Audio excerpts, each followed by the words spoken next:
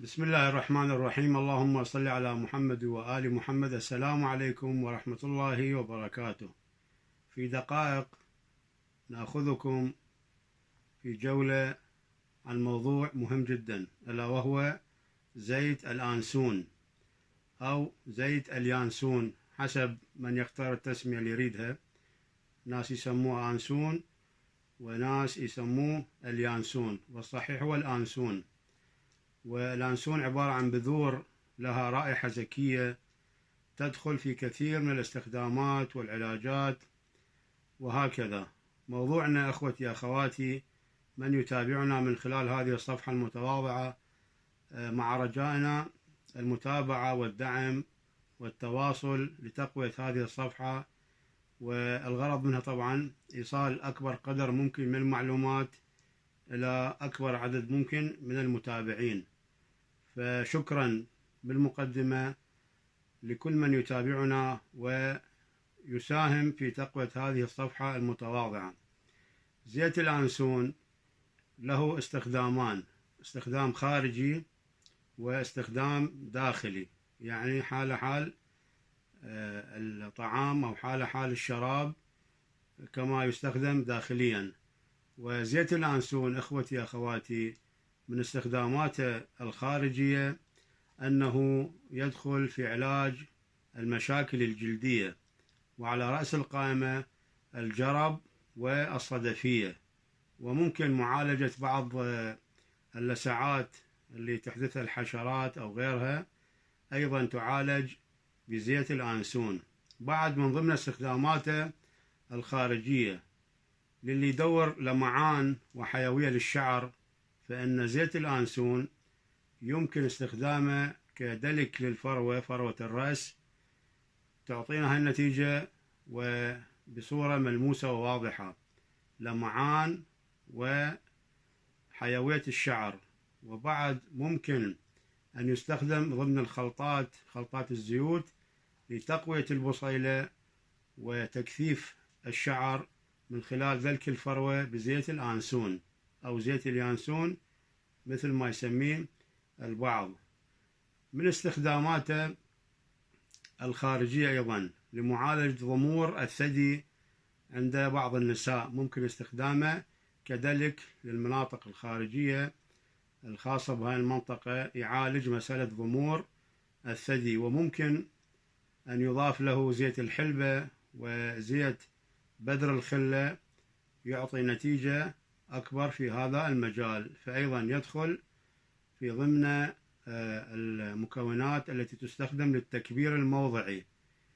وزيت الآنسون من استخدامات الداخلية أخوتي أخواتي من يتابعنا، على رأس القائمة الجهاز التنفسي، يعالج مشاكل نزلات البرد ومن جملتها السعال والبلغم والربو والاحتقان في مسألة شنو الجهاز التنفسي، وهكذا الالتهابات في الجهاز التنفسي كلها يعالجها زيت الآنسون. هذا بالنسبة للجهاز التنفسي. بعد بالنسبة للمعدة، منشط للمعدة وفاتح للشهية، وكذلك هو عنصر أساسي ضمن الخلطة التي تدخل لمعالجة القولون أو القولون حسب التسمية اللي اختارها الإنسان، القولون العصبي والقولون الهضمي، لأنه طارد للغازات ويعالج هذه المشكلة بصورة فعالة، سواء وحده أو سواء أضيف إلى بعض المكونات، ومن جملتها النعناع والكمون والشمر اللي هو الحبة الحلوة، وهكذا بقية الأمور. فإذا زيت الآنسون يعالج مشاكل المعدة ومشاكل القولون، ومثل ما قلنا هو فاتح للشهية.